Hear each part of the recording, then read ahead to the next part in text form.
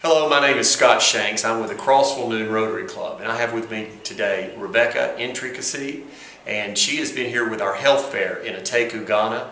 It seemed to be a very successful event, and I wanted first of all to ask her to introduce herself and then to tell us a little bit about what she encountered in the part of the health fair that she was involved with today. Hello, I'm Rebecca Intricacy. I took care of the eye cases during the health fair. I saw about 268 patients, and in fact, it was very successful. And during the consultation, it came out that I saw about almost 50 cataract cases, Right. which are, if operable, will help the patient to see well. And Well, with these cataract cases, in most cases, was it just one eye or two eyes? we had most of them were bilateral, both eyes, and few ones were only one eye. Okay, so here in Ghana, when someone has cataracts, I'm assuming they cannot see at all. Are they basically blind? Basically, they are blind. And do you have, I know that we had talked earlier concerning, you do have a mobile clinic. Yes. Tell us a little bit about that. So we have a mobile clinic, which when we are ready for the patients, we do organize patients. If they are up to about 50 or more, we organize the doctor who comes to our place there. Then we do the service for them. The following day, review the patient and the patient go home. After a week, subsequently, we review them until they are fine. So as of now, we have about 30 cases. We are planning to do another surgery in January. And maybe even up to January, we are going to get more than the 30. Last month, we had about 100 surgeries done at our place. And as far as with these folks that need the surgery, I'm sure a lot of them, these are people just probably right here in the Ateku area. The one thing is there are many villages that are all around this area, and I'm certainly not a doctor, but I can tell the clouded lens, which indicates the cataracts. And typically here, when they have cataracts, they're blind, where in the U.S., it never gets to that point. The one thing that you need here from our earlier discussions is if you have a doctor that can come from the U.S. that do these kind of surgeries, then you all have got the setup. That's really all you need is a doctor that's willing to come in and work for, say, what, 4 or 5 days? Okay. To see the patients.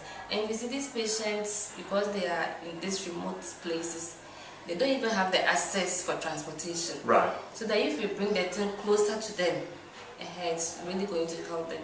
And I observed that a lot of them were women. The women who take care of their children are at home and the ones who are getting blind. So in fact, if we get someone who is going to do the surgeries for them right at their doorstep, it will be very helpful. Does the doctor need to have assistance that comes with them, or do they have all the assistance that's needed here? We have the assistant, but maybe, I don't know that we do SICS. So that if maybe they are going to do laser, initially they should bring an assistant. We study them, understudy them. Later on, maybe when he's coming, we will be around to assist him. So is the unit that you have, is it a laser unit? Is that what you have? No, we don't have a laser. It's something they would have to bring with them. So can you tell us the type of equipment that you have? It will mean nothing to me, but it could possibly mean something to a doctor. At our clinic, we have our ophthalmoscope, we have a slit lamp, we have a tonometer, implantation tonometer. Then as for the equipment for the surgeries, we have it. And then the doctors, when they are coming, they bring their microscopes for the surgeries. And the drugs too, we have it, everything. Okay. So are you saying, just make sure I understand this correctly, the doctors really don't, is there anything the doctors need, what do the doctors need to bring with them? The doctors, every doctor have his own, his drugs that he would like to give the patients. So that if we know the drugs, maybe he can bring the drugs, or he can ask us to get the drugs after the surgery. So typically they will bring their own drugs. Bring their own drugs. And then as for the other consumable, maybe gauze, cotton wool, everything will be ready here. If a doctor was to come here in this area, for, say, and be here for 5 days, or be able to do surgeries for 5 days, just how many people do you think he would be able to do? How many surgeries would he be able to do? 5 days, I think he could be able to do about 200. You think there's that many cases just in this area to be able to do that many surgeries? Okay, and that's the one thing to, that I've seen around so much, is the fact that these people are blind. And I just feel like this could be such a huge thing in this area to be able to give sight, because they get sight so quickly with this. Yes. So, well, I appreciate your, was there anything else you'd like to share with us? We will say we are very grateful for coming. The clients are very grateful because at least they have some drugs, they have some hope. Although I didn't know there may be some service for them, but I told them that we'll be working at it.